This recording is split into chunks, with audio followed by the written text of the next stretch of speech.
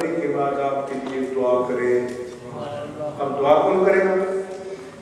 جس کو مائیں بٹھا کر روز 5-7 منٹ کے لیے بٹھائیں عشاء کے بعد اور سورہ فاتحہ اور 3 مرتبہ قل شریف پڑھ لیں، آیت الکرسی پڑھ لیں اور کہیں کہ آئیے ہم حضور کو اور پھر اپنے باپ دادا کو ثواب پہنچائیں.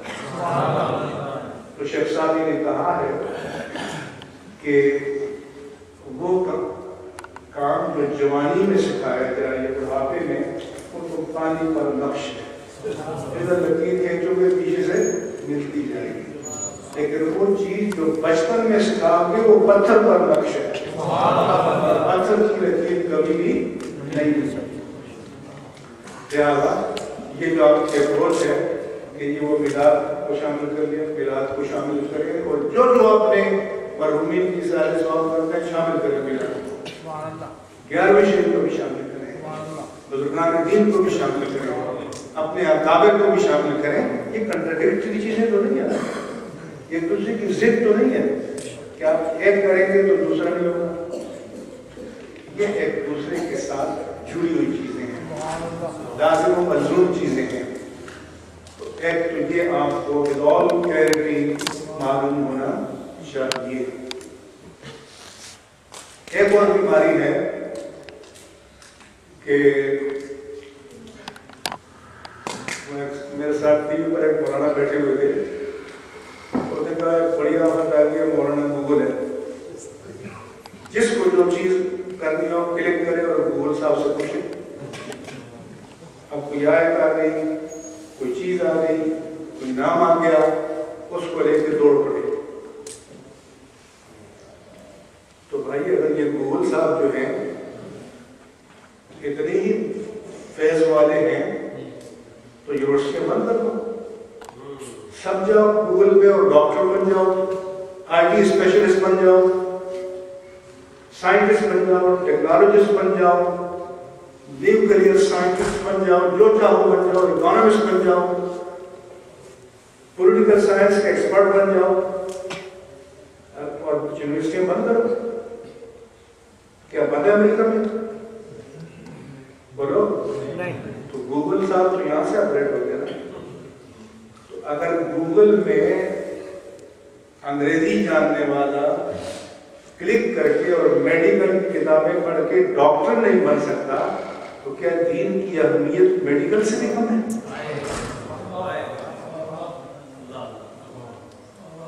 اس کے لیے تو آپ کو کسی استاذ کے سامنے زانو تلمس طے کرنا پڑے اور دین کے لیے آپ جہاں چاہیں تک. تو اس لیے یہ بھی آج کل ایک فتنہ ہے اور اس فتنے سے بچنا بہت ضروری ہے. اس کے بعد میں چند باتیں اور عرض کرنا چاہتا ہوں. سب سے پہلے مجھے کل ٹیرس پہ تھا، مجھے بتایا گیا کہ میلاد کا جلسہ ہم کر لیتے ہیں، جلوس بھی نکال دیتے ہیں اگر مسجد خالی ہے. انہوں نے بتایا کہ شوافی کی مسجدیں بھری ہوئی، وہابیہ کی مسجدیں بھری ہوئی اور سنیوں کی مسجدیں خالی. اور یاد رکھنا اس کا کوئی بدل نہیں ہے. سمجھ آ رہی ہے نہیں؟ اس کی ایک وجہ تو ہمارے یہاں ناتخوانیوں کے خاص کلچر ہے. ایک جگہ میں جیلم میں گیا پاکستان میں، بڑے بڑے پیر صاحبان بیٹھے ہوئے تھے اور ایک ناتخواں پڑھ رہا تھا، سجدے کی کمائی ایک طرف، طیبہ کی غذائی ایک طرف. اور پہلے پیروں نے پیسے نکالے، پھر مریضوں نے نکالے. میں نے کہا پیر صاحبان رک جاؤ. اور مجھے ایک صاحب کان میں کہہ رہے کہ یہاں تبلیغی جماعت کا بڑا زور ہو رہا ہے. تو میں نے کہا تبلیغی جماعت کا زور تو ہوگا، آپ کو تو سجدے کی کمائی نہیں چاہیے. آپ تو یہ پیغام دے رہے ہیں اور اس پر نوٹ پھینک رہے ہیں کہ سجدے کی کمائی ایک طرف، طیبہ کی غذائی ایک طرف. میں نے کہا ظالموں یہ بتاؤ کہ طیبہ کی گدائی اگر سجدے کی کمائی نہیں ہے تو اور کیا ہے؟ طیبہ والے آقا نے کیا کیا ہے کہ وہ پیشانیاں جو اپنے ہاتھ سے تراشے ہوئے پتھر کے بتوں کے آگے ٹیکی ہوئی تھی ان کو اٹھایا اور خالق کائنات کے سامنے ٹیک دیا. تو حضور تو سجدہ کرانے آئے تھے, سجدہ سکھانے آئے تھے, سجدہ بتانے آئے تھے. آپ کہنا سجدے کی کمائی نہیں چاہیے, اور جتنا شعر خلاف شرع ہو اتنا آپ داد دیتے ہیں. احترام میں گیا ایک جلسے میں, وہ کہتے ہیں اپنی محبت کی تقسیم یوں میں نے جبھی خدا کے لیے دل مصطفیٰ کے لیے. میں نے کہا تمہاری یہ جرت, بندے کی یہ جرت کہ رب کائنات سے یہ کہے کہ پیشانی تیرے سامنے ٹیک رہا ہوں, دل تیرے ساتھ نہیں ہے, یہ سوچ آنے سے پہلے مر جانا چاہیے. رسالت اور نبوت کا تقابل نہیں ہمارا عقیدہ, نبوت اور الوہیت کا تقابل ہمارا عقیدہ نہیں ہے. ہم تو ہر نماز میں پڑھتے ہیں کہ اشہد ان محمدا عبدہ و رسولہ. تو میں نے کہا کہ یہ سجدہ جو تم نے جس کا تصور کیا ہے یہ میرے آقا کا سجدہ نہیں ہے. میرے آقا تو فرماتے تھے کہ اللہم سجد لک سوادی و جلالی, اے اللہ جب میں تیری بارگاہ میں سجدہ ریز ہوتا ہوں تو میرا قالب بھی جھکتا ہے, میرا قلب بھی جھکتا ہے. اور میں نے کہا بدنصیبوں, اگر یہ معراج سجدہ نصیب نہیں ہے تو سجدے میں جاتے ہوئے ہمارے زبان حال سے یہ التجا تو نکلنی چاہیے کہ اے رب کائنات اس پیشانی کو جھکانا میرے بس میں ہے, اسے میں جھکا دیتا ہوں, اس دل کو جھکانا میرے بس میں ہے, اسی کی لذت سجدہ سے آشنا کر دے. لہٰذا ہم نے اسی لیے نماز کیا پڑھیں, آپ کو ناتمہ ایک دم پہنچا دیتے عاشق کو, آپ تو درود ہیں. مجھے کسی نے بتایا کہ اللہ عالم بالصواب کہ لاسٹ ایئر سے پہلے نیویارک میں کوئی میلاد کا جلوس تھا, اس میں کالے گورے سارے ہوتے ہیں, یہ لوگ اپنی شوشا کے لیے سب کو بلاتے ہیں. تو کسی ہمارے واحد نے کہا کہ رب کی عزت و جلال کی قسم آج جتنے اس میلاد میں سیدھا جنت میں جائیں گے. میرے پاس ٹھیک ہے, یہ سارے کالے گورے جائیں گے اور اسی پر سبحان اللہ واہ کرتے ہیں. علماء مجبور ہیں, علماء روک نہیں سکتے, لیکن میں عمر کے اس حصے میں ہوں کہ بندوں کی رضا کو چھوڑ کر رب کی رضا کی بات کرنی چاہیے. دین کا سیدھا راستہ بتانا چاہیے. میرے عزیزوں اور میری بہنوں,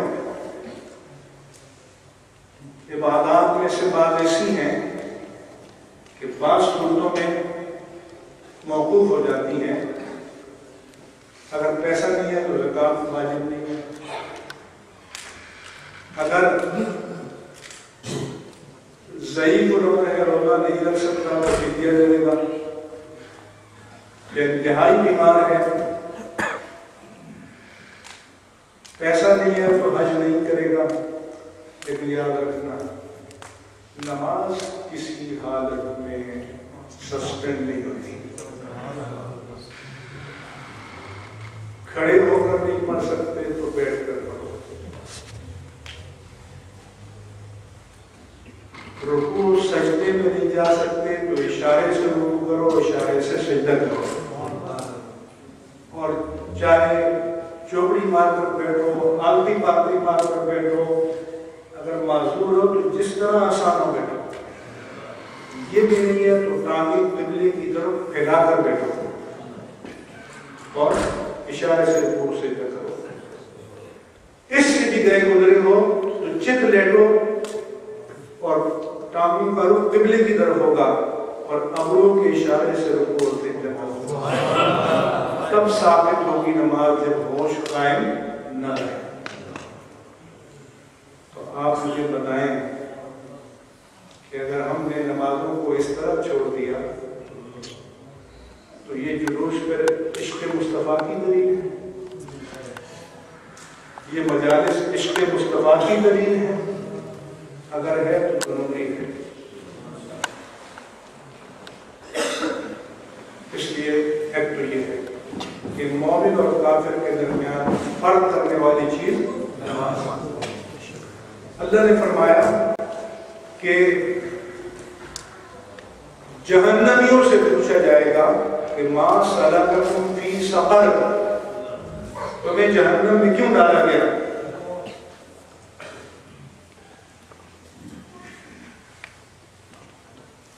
تو وہ کہیں گے کہ لم نک من المصلین، ہم نمازیں پڑھنے والے نہیں تھے، ولم نک نطعم المسکین، ہم مسکین کو کھانا کھلانے والے نہیں تھے۔ اور فرمایا کہ الصلاۃ عماد الدین، نماز دین کا ستون ہے، من اقامہا فقد اقام الدین، جس نے نماز کو قائم کیا اس کا دین قائم رہا، اور جس نے نماز کو ڈھا دیا تو دین کی عمارت لے گئی، کچھ نہیں اس کے پاس۔ تو میری ساری بہنوں، میرے سارے بھائیوں، کوئی آج عزم کر کے چلو،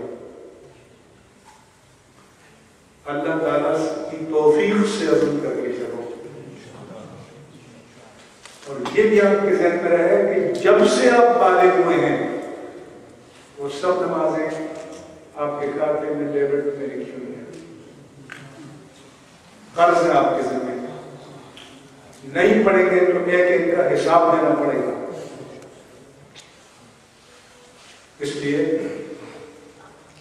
ہمارے علماء نے کہا کہ اور کچھ نہیں تو ہر نماز سے پہلے یا نماز کے بعد ایک وقت کے فرض کی ادا کر دو، قضا،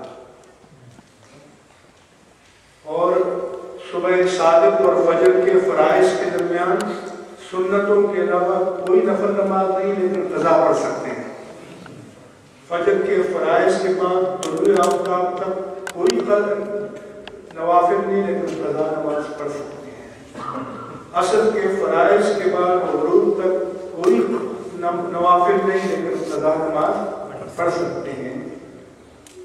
تو اس لیے قضا نماز کو اپنا شعار بناؤ، کم از کم ایک نماز کے ساتھ ایک نماز قضا کرو، اس نیت کے ساتھ کہ یا اللہ وہ آخری نماز فجر میرے ذمے ہے، وہ آخری نماز ظہر میرے ذمے ہے، اور یہ منہ سے کہنا بھی ضروری نہیں ہے، آپ کے ذہن میں ہونا چاہیے۔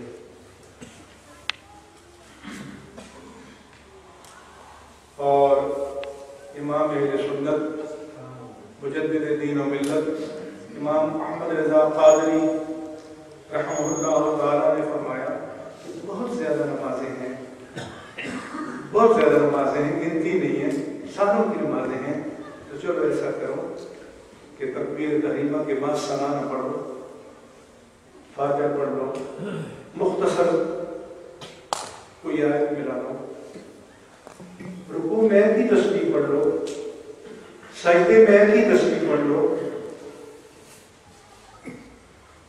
دعائیں وتر پڑھ رہے ہو تو اللہم اغفر لی پڑھ لو، التحیات کے بعد اللہم صلی علی محمد پڑھ کے سلام دے دو، لیکن قضا پڑھو ضرور میرے عزیز۔ اور یہ نہیں کہ اس کو آپ پریکٹس بنانے، ایک مفتی صاحب جی کے گھر گئے اور سب کی چھوٹ دے دیے، یہ نہیں، یہ فرمایا کہ آپ پر برسوں کی نمازیں آپ کے ذمے ہیں، تو فرض کی بھی قضا ہے، وتر کی بھی قضا ہے، سمجھ آ رہی ہے؟ اللہ سے توفیق طلب کر کے میں نے گزشتہ سال نیو یارک میں اپنے بھائیوں کو متوجہ کیا تھا، تو مجھے 2-4 دوست ملے، انہوں نے کہا کہ تب سے میں نے قضا پڑھنے کو اپنا وتیرہ بنا لیا۔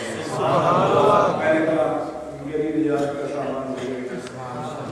آپ میں سے بھی اگر کوئی اللہ کے بندے اور اللہ کی بندیاں ارادہ کر لیں، دوسری بات یہ ہے کہ آپ مثلا آ رہے ہیں، گھر پہنچے اور عصر کا وقت داخل ہونے والا ہے، 5-7 منٹ باقی ہیں، تو وضو کر کے صرف فرض پڑھو، قضا نہ کرو۔ یہی عصر کا ہے۔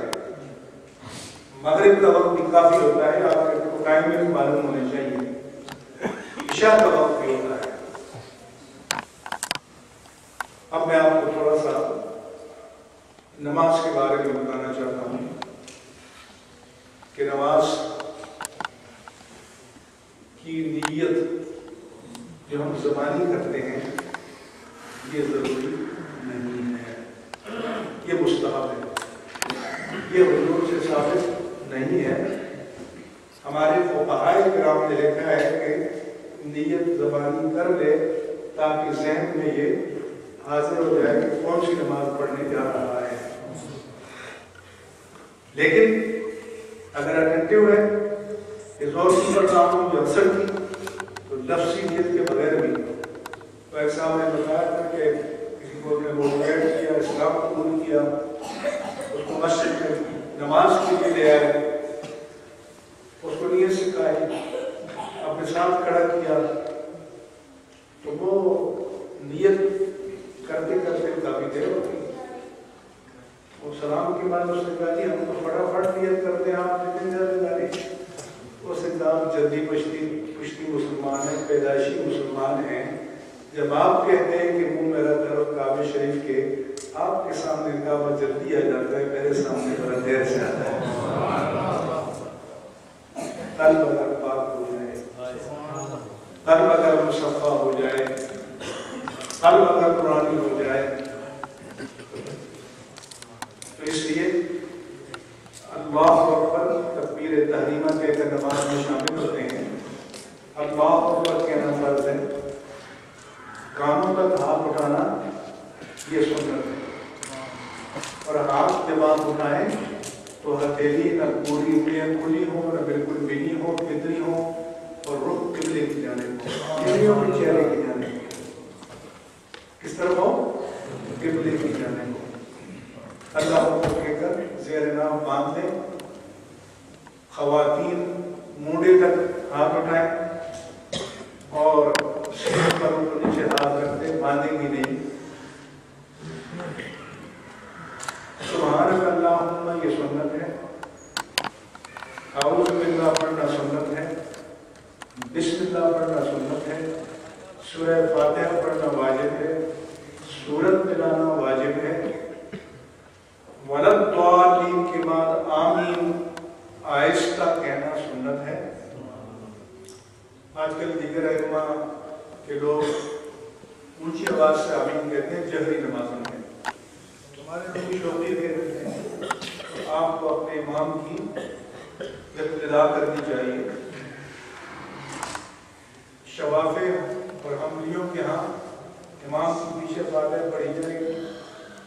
امام مالک کے نزدیک جہری نماز میں نہیں پڑھی جائے گی، سری نماز میں ظہر اثر میں پڑھی جائے گی، اور حنفیوں کے نزدیک امام کی اقتداء میں نماز سری ہو یا جہری ہو قرات نہیں کی جائے گی۔ جی ہمارے علماء کہتے ہیں کہ وَإِذَا قُرِئَ الْقُرْآنُ فَاسْتَمِعُوا لَهُ، اگر امام قرات اونچی آواز سے کر رہا ہے تو توجہ سے سنو، آہستہ کر رہا ہے تو وان سے چپ رہو۔ پھر اللہ اکبر کے قرار رکوع میں جاتے ہیں۔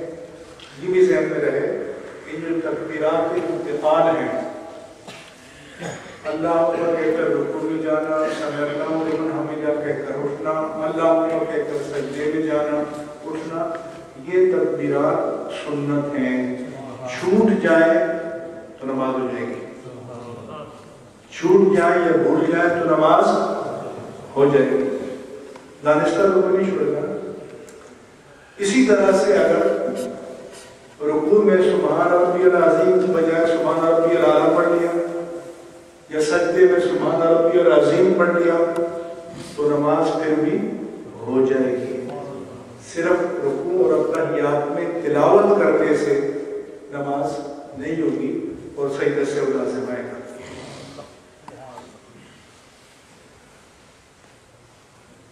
اور دعائے قنوت کی تکبیر واجب ہے، دعائے قنوت کا پڑھنا بھی واجب ہے، اتحیات جو درمیانہ ہے اس میں بیٹھنا واجب ہے، پڑھنا بھی واجب ہے۔ ایک اور مسئلہ بتا دوں، آپ رکوع میں گئے، امام اٹھ گیا اور آپ کی تسبیح پوری نہیں ہوئی تو تسبیح پوری کرنا سنت ہے، امام کی پیروی کرنا واجب ہے۔ آپ چھوڑ کے اٹھ جائیں، امام کو فارغ کریں، یہی سجدے میں کریں گے آپ۔ ہاں، جو اتحیات رہ گیا تو وہ مکمل کر کے آپ اٹھیں، کیونکہ امام کی پیروی بھی واجب ہے، اتحیات کو پڑھنا بھی واجب ہے، تو دونوں کا اسٹیٹس ایک ہے۔ واجب چھوٹ جائے تو سجدہ سہو کرتے ہیں، آخر میں دائیں طرف سلام کر کے 2 سجدے کرتے ہیں، اس کو سجدے سہو کہتے ہیں۔ تو سورہ فاتحہ اور سجدے سہو میں کیا ہوتا ہے کہ سلام پھیر کر دوبارہ اتحیات پڑھتے ہیں، دوبارہ تو گویا وہ فاتحہ جس کا پڑھنا ضروری ہے اور جس کے بارے میں فرمایا کہ لا صلاۃ الا بفاتحۃ الکتاب، کہ فاتحۃ الکتاب کے بغیر نماز مکمل نہیں، لا صلاۃ لمن لم یقرأ بفاتحۃ الکتاب۔ اگر وہ بھول جائے، سورت بھول جائے تو دوبارہ آپ سے پڑھنے کا مطالبہ نہیں ہوگا، سجدہ سہو کر دو، یعنی اللہ کے حبیب پر ایک مرتبہ سلام بھیج دو۔ اتحیات میں سلام ہے کہ نہیں ہے؟ لیکن اگر پہلا اتحیات بھول جاؤ تو آخر میں سلام پھیر کے دوبارہ تم سے پڑھوانا پڑے گا، تو اگر اللہ کے حبیب پر سلام بھیجنا بھول جاؤ تو جب تک واپس بھیج نہ دو آپ کی نماز مکمل نہیں ہوگی۔ ایک مسئلہ اور بتانا چاہتا ہوں کہ ہمارے بہنیں بھی کچھ آپ جیسے بھی کبھی نماز پڑھنا شروع کرتے ہیں تو چھوڑ دیتے ہیں، ہم پوچھتے ہیں کیا ہوا، کہتے ہیں جی بڑے گندے خیالات آتے ہیں نماز میں، برے برے خیالات آتے ہیں تو دل ہی نہیں کرتا بندہ کھڑا ہو جائے۔ تو حدیث پاک میں ہے کہ صحابی نے عرض کی یا رسول اللہ، نماز میں ایسے گندے خیالات آتے ہیں لَأَنْ أَكُونَ حَمَمَةً مِنْ أَنْ أَتَكَلَّمَ بِهِ يَتَعَاذَرُ أَحَرَّ أَنْ نَتَكَلَّمَ بِهِ، کہ میں جل کر کوئلہ ہونا پسند کروں گا لیکن آپ کے سامنے ان خیالات کو زبان پر نہیں لا سکتا، اتنے بڑے خیالات ہوتے ہیں۔ تو کوئی اور اندر بڑا ورک ہوگا تمہارا، انہوں نے میرے آقا نے فرمایا وہ کذالک، کیسا ہوتا ہے واقعی ایسا ہوتا ہے؟ صحابی نے کہ ایسا ہوتا ہے، فرمایا کہ ذالک من الایمان، یہ تمہارے ایمان کی دلیل ہے۔ کیوں کہ شیطان وسوسہ کہاں ڈالے گا، شیطان کس پر ورک کرے گا، وہ ایمان کا ڈاکو ہے نا، جس دل میں ایمان ہوگا تو وہاں ڈاکہ ڈالے گا نا۔ کبھی سنا ہے کہ کسی ڈاکو نے کسی فقیر کی جھونپڑی میں ڈاکہ ڈالا؟ شیطان کا وسوسے ڈالنا میرے آقا نے فرمایا اس بات کی دلیل ہے کہ تمہارے دل میں ایمان موجود ہے، اس لیے ڈسٹرب ہونے کی ضرورت نہیں ہے، توجہ اللہ کی طرف کرو۔ ایک اور حدیث میں ہے کہ حضرت حنظلہ نے حضرت ابوبکر سے عرض کی رضی اللہ عنہ کہ نافق حنظلہ منافق ہو گیا۔ پوچھا کیا؟ کہا کہ جب سرکار کی بارگاہ میں بیٹھتے ہیں تو جو روحانی اور نور و سرور کی کیفیت ہوتی ہے وہ باہر جاتے ہیں تو نہیں ہوتی۔ حضرت صدیق اکبر نے فرمایا کہ یہ تو ہمارے ساتھ بھی ہو جاتا ہے، چلیں حضور سے پوچھتے ہیں۔ حضور کے پاس گئے اور عرض کیا کہ یا رسول اللہ صلی اللہ علیہ وسلم حنظلہ یہ کہتے ہیں، تو حضور نے فرمایا کہ جو کیفیت میری دربار میں تمہارے دل و دماغ پر طاری رہتی ہے، اگر وہ باہر بھی رہے اسی کلائمیکس پر تو بڑا صاف حقت الملائکۃ فی الطرق وعلی الفرش، کہ راستوں میں اور بستروں پر فرشتے آ کر ہم سے مسافہ کریں۔ لیکن میرے آقا نے فرمایا کہ کبھی ایسا ہوتا ہے کبھی ایسا بھی ہوتا ہے، اس لیے وسوسوں کو نماز چھوڑنے کا بہانہ نہیں بنانا چاہیے۔ وسوسے ایمان کی دلیل ہے، یہ حضور نے فرمایا۔ کوئی بھی خیال آ جائے پرواہ نہیں کرنی چاہیے۔ اسی طرح سے ہماری بہنیں کبھی کہتی ہیں بڑا گندا خواب آ گیا، اچھا جان نہیں چھوڑیں گے، پوچھیں گے تو ہم کہیں گے کہ بیوی کوئی بات نہیں، کہتے نہیں بتائیں، پوچھتی ہے تو ہم کہتے ہیں حضور نے فرمایا کہ کوئی برا خواب آئے تو بائیں طرف ایسے تھوک دو اور لا حول ولا قوت الا باللہ پڑھ لو۔ لیکن یقین نہیں آتا جب تک یہ ہے کہ اتنا صدقہ دے دو، اتنا فلاں کر لو، اتنا یہ کر لو، اتنا وہ کر لو۔ دین بہت آسان ہے، دین بہت پیارا ہے۔ میرے آقا نے فرمایا کہ یسروا ولا تعسروا۔ ایک صحابی امام تھے، کسی زمانے میں ہمارے قاری صاحب بھی نبی نماز پڑھاتے تھے، آج کے مجھے نہیں پتا۔ تو ایک اور مجھ جیسا کم ہمت صاحب کھڑا رہا، ہمت نہیں تو نماز چھوڑ۔ حضور سے آپ کی شکایت کی کہ یہ اتنی لمبی نماز پڑھاتے ہیں کہ میرے پاس اتنا اسٹیمنا نہیں ہے، میں نہیں سہا سکتا۔ تو حضور نے امام کو بلایا، اذا امنتم الصلاۃ، کہ جب تم قوم کی امامت کرو تو نماز مختصر کرو۔ فإن فيكم الضعفاء والمرضى وذا الحاجة، تمہارے پیچھے کمزور لوگ بھی ہیں، ضعیف لوگ بھی ہیں، کاموں پر بھی لوگوں کو جانا ہے، تو اس لیے درمیانی نماز پڑھاؤ، لوگوں کے معاملات کا خیال رکھو۔ اسی طرح سے ہمارے یہاں کیا ہے کہ جمعے کے بعد مائک کسی کے ہاتھ میں آ گیا نا صلاۃ السلام کے لیے تو جان نہیں چھوڑے گی۔ اچھا بھی بہت شوق ہے تو گھر جا کے پڑھو۔ میری مسجد میں 3 اشعار صرف پڑھاتا ہوں، اجازت دیتا ہوں، اور مسجد جیب پہ ہوتی ہے کیونکہ لوگوں کو پتا ہوتا ہے کہ جان چھوٹ جائے گی، اور اگر یہ پتا ہو کہ جان نہیں چھوٹے گی رات وہاں سے،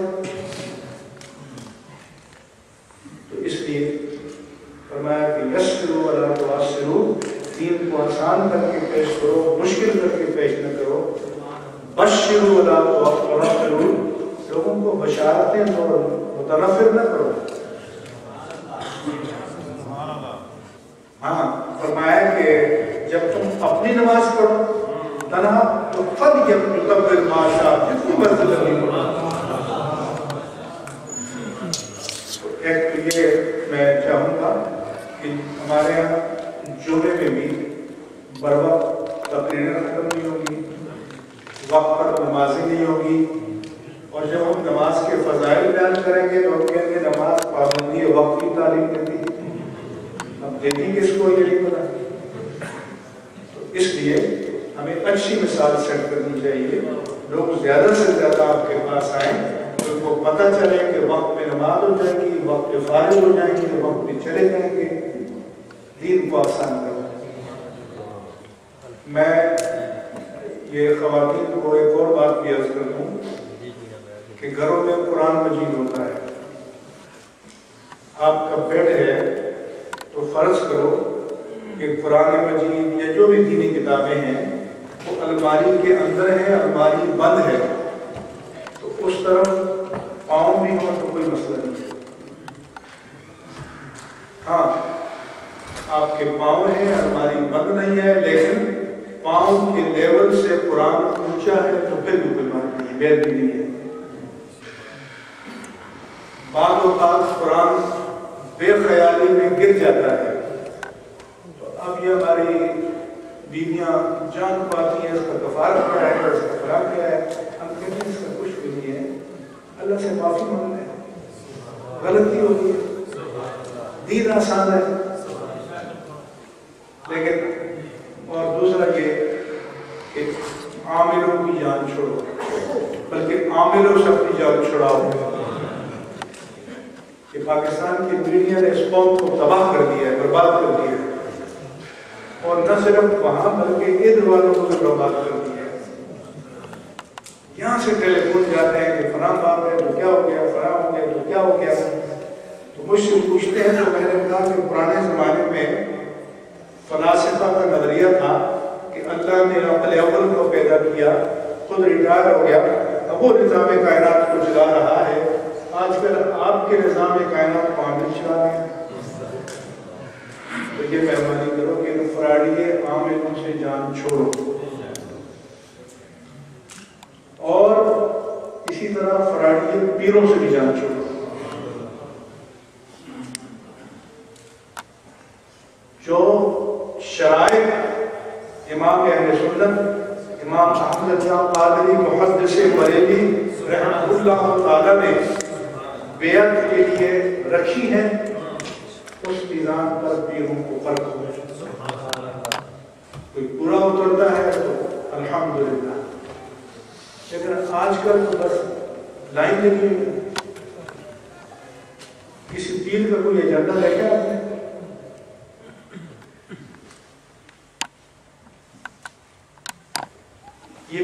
یہ بیعت تو تھی تربیت کے لیے, تزکیے کے لیے.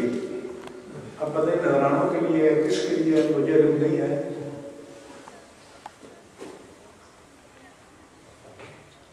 تو اس لیے قرآن میں ہے کہ اللہ فرماتا ہے کہ یا ایھا النبی اذا جاءک المؤمنات ان یبایعنک, اے پیارے نبی آپ کے پاس اگر مومنات صحابیات آئیں بیعت کرنے کے لیے تو آپ ٹرمز اینڈ کنڈیشن پیش کریں. مذاق نہیں ہے بیعت, تماشا نہیں ہے بیعت, ایجنڈا پیش کریں. الا اللہ یشرکن باللہ, نمبر 1 شرک نہیں کریں گے, ولا یسرقن, چوری نہیں کریں گے, ولا یزنین, بدکاری نہیں کریں گے, ولا یقتلن اولادہن, اپنی اولاد کو قتل نہیں کریں گی, ولا یأتین ببہتان یفترینہ بین ایدیہن وارجلہن, اور دوسروں پر بہتان تراشی نہیں کریں گی, ولا یعصینک فی معروف, اور نیک کاموں میں پیارے مصطفیٰ آپ کی نافرمانی نہیں کریں گی. جن کو یہ 6 پوائنٹ ایجنڈا منظور ہو فبایع ہن, ان صحابیات کی بیعت قبول کر لیں. تو آج کل کسی کے پاس ایجنڈا ہے, پلٹ کے کوئی پوچھتا ہے تو ہم نے دین کو تماشا نہیں بنا. دنیا کے کام کرو تو تمہاری عقل بہت الرٹ ہوتی ہے. ایک اگر مکان خریدنے جاؤ تو 100 بندوں سے مشورہ کرتے ہو کہ یہ قیمت صحیح ہے کہ نہیں ہے, ریٹرن اچھا ملے گا یا نہیں ملے گا. تو دنیا کا چھوٹا سا مکان خریدنے جاؤ تو 10 ماہرین سے پوچھو, اور جنت میں محل خریدنے جاؤ تو کسی سے نہ پوچھو. کیا اتنا بے توقع ہے؟ میرا خیال ہے ٹائم زیادہ ہو گیا.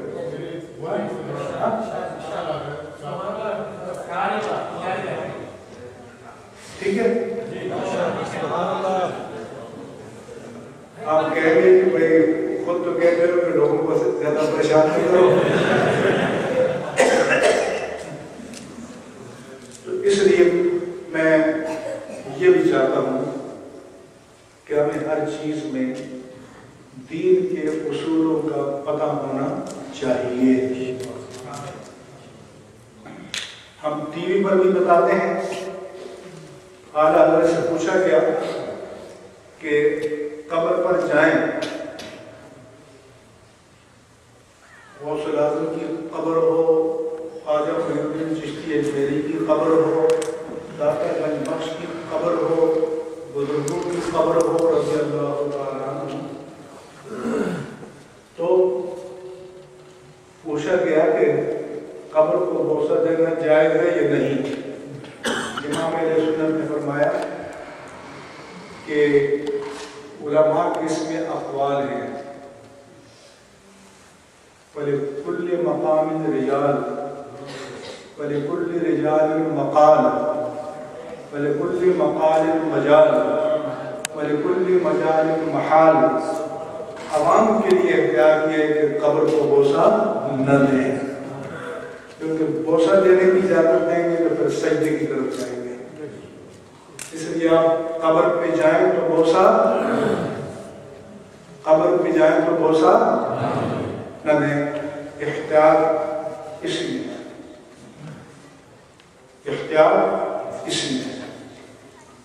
امام اہل سنت نے بتایا.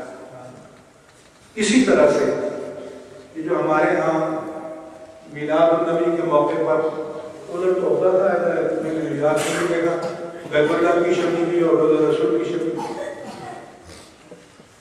شبی کا حکم اصل کا نہیں ہوتا, شبی کا حکم اصل کا نہیں ہوتا. مدینہ منورہ میں روضہ رسول کا جہاں میرے آقا خود آرام فرما ہے, اس کا طواف بھی عبادت نہیں ہے کہ جائے کہ روزے کی شبی کا طواف کیا جائے. سمجھ آ رہی ہے؟ تو اس لیے شریعت پر چلو, شریعت کے پابند بنو. ہمارے کیا کریں گے کہ پہلے جائیں گے وہاں عمرے حج میں گئے تو مصلی خریدیں گے, اس کے آگے بیت اللہ کی شبی اور روضہ رسول کی ہوگی, پھر آ کر یا تو گھر میں رکھیں گے یا مسجد میں دیں گے, پھر کہیں گے اس پر پاؤں رکھنا جائز ہے نہیں ہے. تو بابا اگر پاؤں رکھنا آپ کو دشوار لگ رہا ہے تو کیوں خریدیں؟ خریدتے وقت آپ کا دماغ کام نہیں کر رہا. اگرچہ کل بیت اللہ کے اندر اگر کسی کو داخل ہونے کا موقع ملے تو داخل ہوگا یا نہیں؟ بولو, تو پاؤں رکھیں گے نہیں رکھو گے. لیکن کیونکہ ہمارے ہم معیارات عرف ہے تو ایسی چیزیں نہیں خریدو تاکہ بعد میں آپ کو تردد نہ ہو. ان کو سنبھال کے رکھنا بھی مشکل ہو جاتا ہے. تو ایک تو یہ آپ حضرات سے میں بنیادی بات عرض کرنا چاہتا ہوں. ایک میرا پیغام یہ ہے کہ آج کل ہمارا میڈیا جو ہے وہ مغرب کی تقریر کر رہا ہے. ابھی ویلنٹائن ڈے ہوگا, پھر بھی پیرنٹس ڈے آئے گا, پھر چلڈرن ڈے آئے گا, مدرس ڈے آئے گا. ہم سے پوچھتے ہیں کہ اس کے بارے میں کیا کہتے ہیں.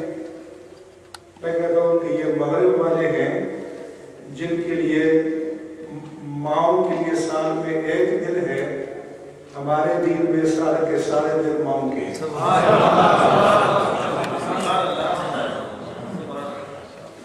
حدیث پاک میں ہے کہ ایک صحابی نے حضور کی بارگاہ میں عرض کیا، یا رسول اللہ، میں نے اتنی شدید گرمی میں کہ گوشت کی بوٹی کو پتھر پر رکھے تو ٹکا بن جائے، اپنی ماں کو کندھے میں اٹھایا،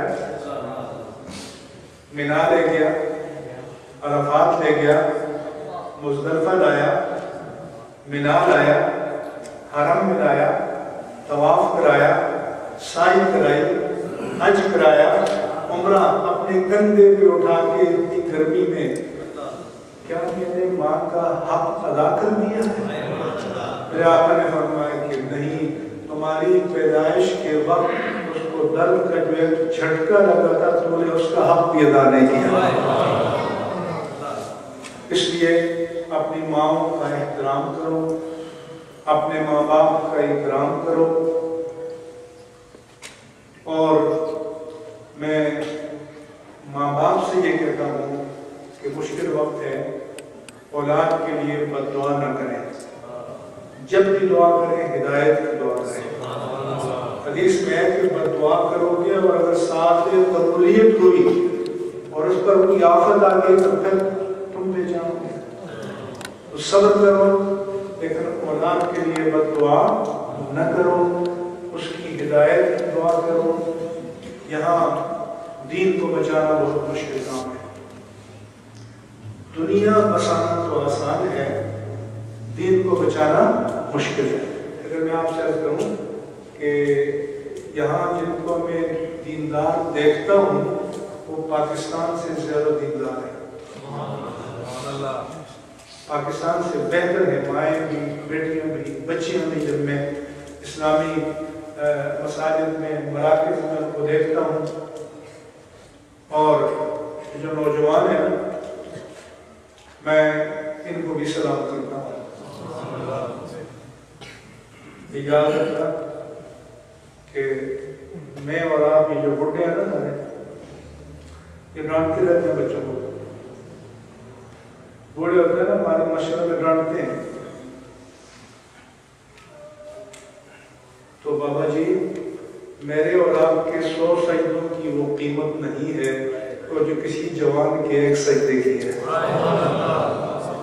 اس لیے جہاں چاروں طرف شیطنت ہے، اس شیطان کی آنکھ سے بچ کر کوئی نوجوان مسجد میں آئے تو ہار پہناؤ، حوصلہ افزائی کرو۔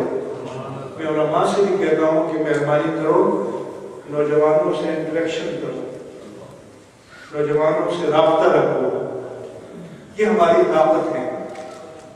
اگر آپ نے 1 2 4 10 کے دین کو اور ایمان کو بچا لیا تو شاید آپ کی اور ہماری نجات کا سامان بن جائے۔ تو اس لیے یہ بھی میری آپ سے اپیل ہے کہ اپنے بچوں کا خیال رکھیں، دینی تربیت کریں، مراکز سے وابستہ رہیں اور مراکز کو آباد کریں، مراکز کو آباد کریں۔ ہم اگر کوئی اقامت میں حی علی الصلاۃ پر کھڑا ہو تو ناراض ہوتے ہیں، لیکن وہ جو گھر میں بیٹھے ہیں نمازی کے لیے نہیں آ رہے، ان کی خبر لیتے ہیں۔ تو اس لیے گھروں میں درس کی مجالس کا اہتمام ہونا چاہیے۔ میں ابھی ہمارے کیریسٹری میں حضرت بھی تھے، ہمارے دور دور سے ڈاکٹر، پروفیسر آئے ہوئے، اسپیشلسٹ آئے ہوئے تھے۔ ہماری ہر سال ایک نشست ہوتی ہے تو وہ بیٹھتے ہیں اور کئی تفسیروں کا مطالعہ کرتے ہیں اور پھر درس دیتے ہیں، ڈسکشن کرتے ہیں۔ یہاں کی جو علماء ہیں نا، یہ مذہب ہے، آپ کو پتہ نہیں ہے، ان کی اپنی دنیا ہے۔ یہ مسئلے ہمیں دوسرے مسالک کا بھی سامنا کرنا ہوتا ہے۔ یہاں ہمارے اہل سنت ایک ہی پر اتفاق کر پاتے ہیں، تو پھر ہم پاکستان میں اگر مختلف مسائل کو جمع کر کے ایک فیصلے پر لاتے ہیں تو یہ آسان کام ہے. ہم مل کر چلنے کے لیے تیار نہیں ہیں. ہمیں ان چیزوں پر بھی توجہ دینی چاہیے. اپنے اپنے کریں، مراکز بنائیں، سب کچھ کریں، اپنے انداز سے کام کریں، لیکن ہماری ایک اجتماعیت کی بھی کوئی صورت ہونی چاہیے. اور میں بار بار کہتا ہوں کہ اللہ مسجدوں کو آباد کریں، نماز کی تلقین کریں، گھروں میں نماز پڑھیں اگر نہیں آ سکتے، لیکن کبھی کبھی آپ دوسروں کے مراکز کے پاس سے گزر کریں نماز کے وقت میں کہ ان کی پوزیشن کیا اور ہماری پوزیشن کیا ہے. اور ہے عاشق رسول، ہم سے بڑا کوئی عاشق پیدا نہیں ہوا.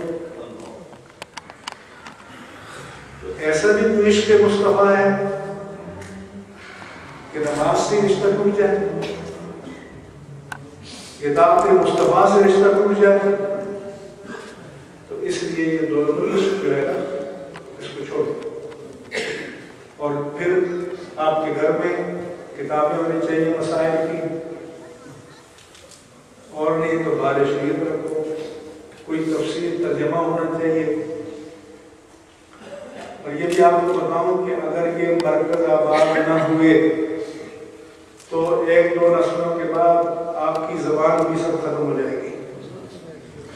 اس لیے مرکز آباد ہے تو یہاں پر ایک سوشل گیدرنگ ہوتی ہے، اپنی زبان بولتے ہیں، بچوں کو کچھ پڑھایا جاتا ہے. تو اس لیے بھی مراکز کا آباد ہونا ضروری ہے. آپ حضرات نے میری گزارشات کو سنا، توجہ سے آپ جمے رہے، بیٹھے رہے. میں آپ کا شکر گزار ہوں. آپ میرے لیے دعا کریں، میں آپ کے لیے دعا کرتا ہوں. اہل سنت و جماعت پر نہ پاکستان میں اچھے دن ہیں نہ ادھر ہے. میں جہاں کہیں جاتا ہوں تو بڑے بڑے ادارے دوسروں کے نظر آتے ہیں، اپنے نظر نہیں آتے. تو اس پر بھی ہمیں بیٹھ کر غور کرنا چاہیے. اللہ تبارک و تعالی ہمیں اس کی توفیق عطا فرمائے. وما علیہ الا البلاغ المبین.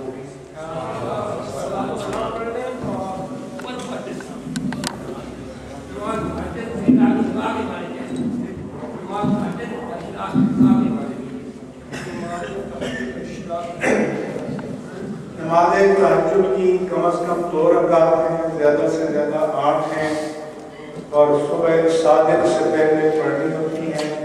اور اگر کسی کا تہجد کا معمول پکا ہے اور اٹھتا ہے تو وتر کو مؤخر کر دے عشاء کے. اور اگر اٹھنا زیادہ قابل اعتماد نہ ہو تو وتر کو پڑھ دیا کرے. اور تہجد کی قضا نہیں ہے، تہجد نفلی نماز ہے. آپ نفل پڑھ لیں اور نفل پڑھ لیں. اشراق 2-4 رکعت ہیں، وہ آپ پڑھ سکتے ہیں جب سورج اوپر آ جائے.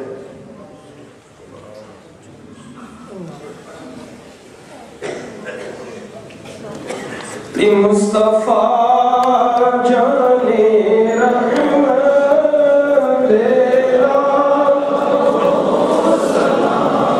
شمع عزم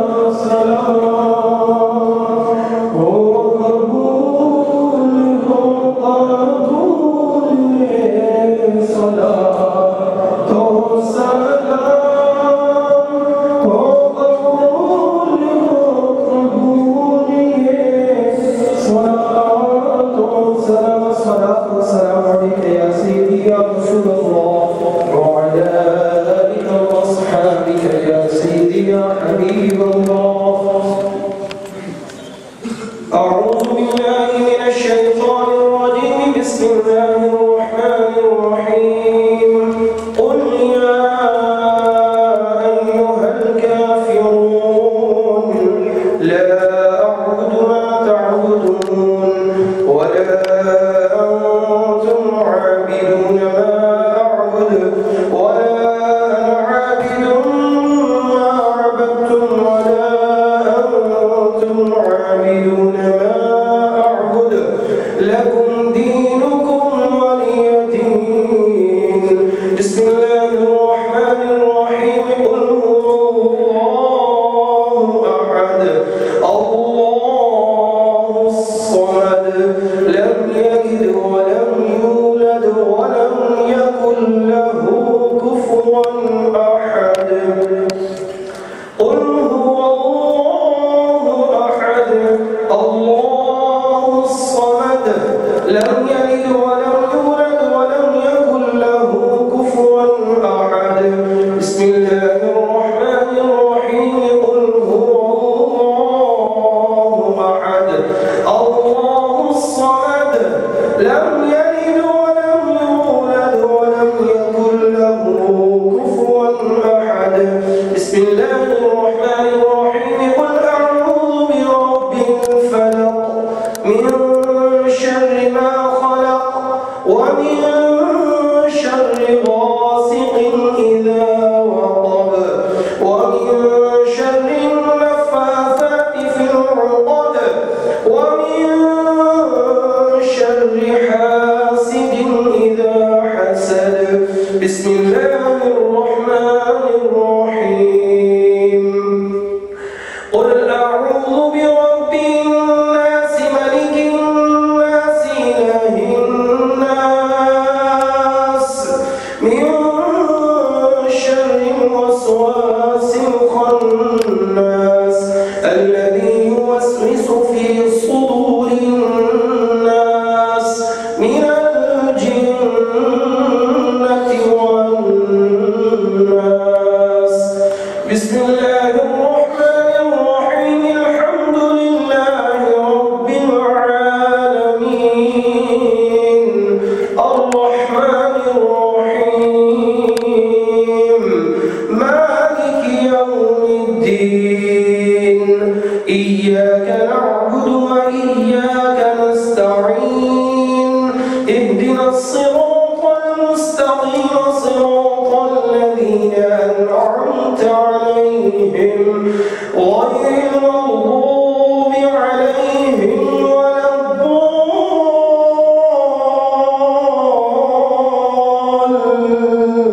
الضالين. آمين. بسم الله الرحمن الرحيم. ألف لام ميم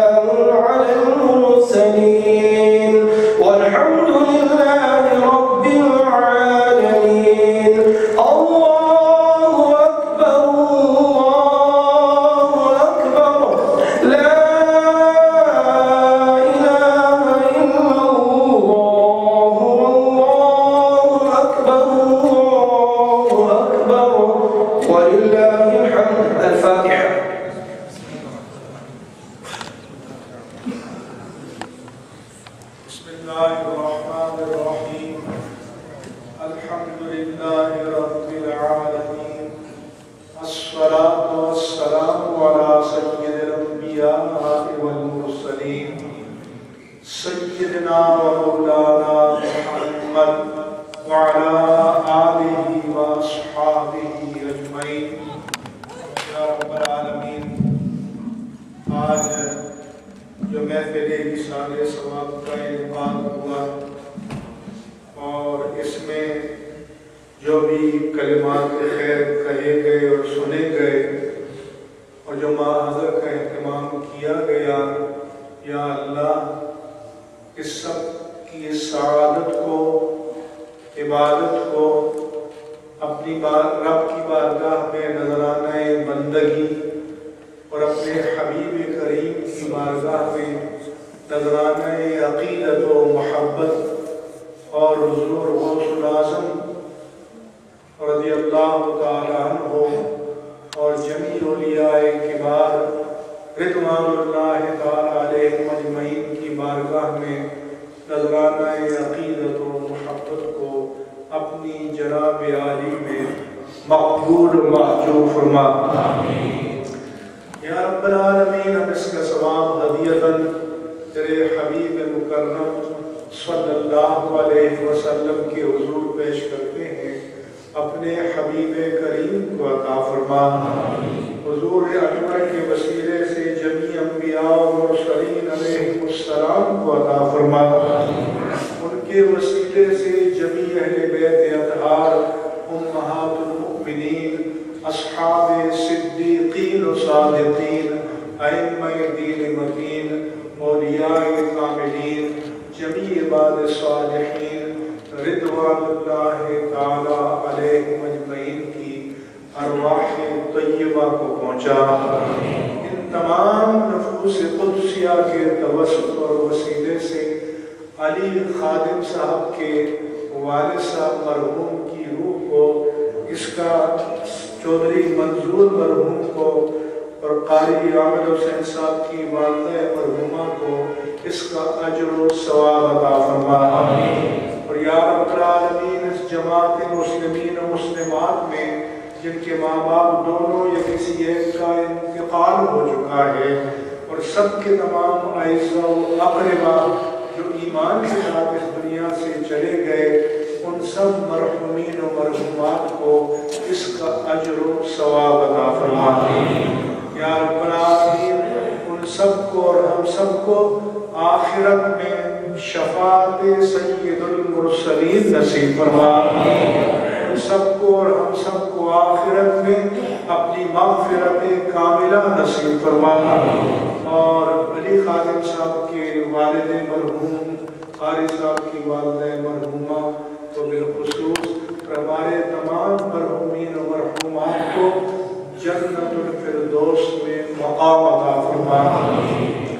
غلام دستگیر صاحب اور جتنے بھی حاضرین اور ان کے متعلقین بیمار ہیں، جن کے اعزاء یہاں جو پاکستان میں بیمار ہیں، یا رب العالمین ان سب بیماروں کو اور ہم سب کو تمام جسمانی، روحانی، اخلاقی، اعتقادی، ظاہری اور باطنی امراض سے شفاء کاملہ نصیب فرما۔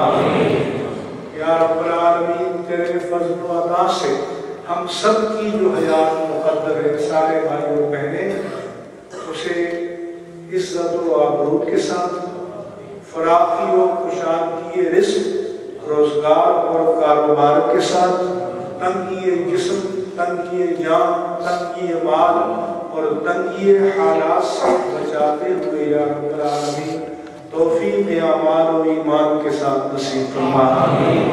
اور دعا کریں کہ یہ جو مسجد اور اسلامی مرکز جب سے قائم ہوا ہے، یا الہی اس کے بانیان کو، اس کے معاونین کو، یہاں دینی خدمات انجام دینے والوں کو اور عبادت، تلاوت، ذکر و فکر کے ذریعے آباد کرنے والوں کو، یا الہی اپنی بارگاہ عالی سے اجر کامل و تمام عطا فرما، اور اسے سب کے لیے اور تمام حاضرین کے لیے تا قیامت صدقہ جاریہ فرما۔ یا رب العالمین، اس مرکز کی تعمیر نو کے لیے جو منصوبہ حضرات کے ذہن میں ہے، اپنے فضل و کرم سے اپنے اسباب غیب سے اس کی جلد از جلد پائے تکمیل تک پہنچانے کے لیے اسباب مقدر فرما۔ تمام مسلمان بھائیوں اور بہنوں کو اس کار خیر میں تعاون کی سعادت نصیب فرما۔ یا اللہ، جن گھرانوں میں جوان بیٹے اور بیٹیاں ہیں، بھائی اور بہنیں ہیں، جن کے رشتوں اور نسبتوں کا انتظار ہے، اپنی قدرت کاملہ، حکمت بالغہ اور تقدیر غالب سے سب کے لیے حسب حال مناسب رشتے اور نسبتیں مقدر فرما۔ اور یا رب العالمین، جو صاحبان اولاد ہیں انہیں اپنی اولاد کی علمی اور عملی، دینی اور دنیاوی خوشیاں، ترقیاں، کامیابیاں اور سعادت مندی دیکھنے کے مواقع نصیب فرما۔ یا رب العالمین، اپنی رحمت کاملہ سے سب کو اپنے ماں باپ کی خدمت کی سعادت نصیب فرما۔ سب کو زیارت حرمین طیبین کی سعادت نصیب فرما۔ اسلام پر زندگی اور ایمان کامل پر خاتمہ نصیب فرما۔ اور حاضرین و حاضرات میں سے جن کے دلوں میں جو جو نیک اور جائز تمنائیں ہیں، آرزویں ہیں، اپنے فضل و کرم سے انہیں پورا فرما۔ وصلی اللہ تعالی علی حبیبہ سیدنا و مولانا محمد وعلی آلہ و اصحابہ اجمعین برحمتہ۔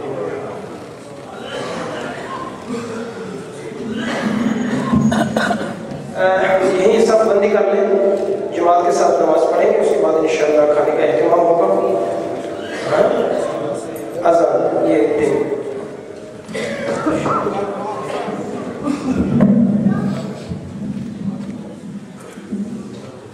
الصلاۃ والسلام علیک یا سیدی یا رسول اللہ وعلی آلک وصحبک یا سیدی یا حبیب اللہ۔